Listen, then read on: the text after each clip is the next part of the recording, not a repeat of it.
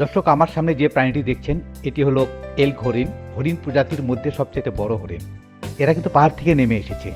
এই এল্ক হরিণের পিছনে যে সাদা ছোপটা আপনি দেখতেছেন, এটা কিন্তু তাদের জীবনযাত্রায় খুব গুরুত্বপূর্ণ ভূমিকা পালন করে থাকে।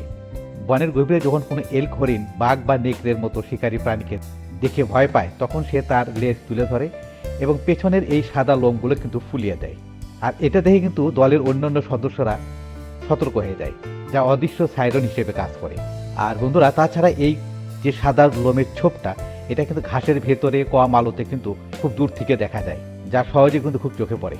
ঘন জঙ্গলে বা রাতের অন্ধকারে যখন এল্ক দল চলাফেরা করে, তখন কিন্তু পেছনের এল্কটি সামনের এল্কের এই সাদা প্যাঁচ দেখে পথ চিনে অনুসরণ করতে পারে। বিশেষ করে মায়েরা যখন তাদের শাবকদের নিয়ে চলাফেরা করে, তখন কিন্তু শাবকরা এই সাদা অংশটি দেখে মায়ের পিছু পিছু কিন্তু দৌড়ায়।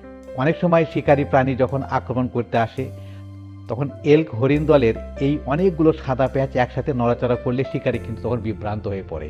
এতে করে সে কার উপর ঝাঁপিয়ে পড়বে তা ঠিক করতে কিন্তু কয়েক সেকেন্ড দেরি হয়। আর সেই সুযোগেই এল্ক হরিণরা পালিয়ে জীবন রক্ষা করে। প্রিয় দর্শক, কেমন লাগলো এল্ক হরিণ সম্পর্কে এই ছোট তথ্যগুলো? যদি ভালো লেগে থাকে তবে লাইক, কমেন্ট, শেয়ার করে অন্যদের জানার সুযোগ করে দিন। পরবর্তী ভিডিওতে আবার কথা হবে। সে পর্যন্ত সবাই ভালো থাকুন।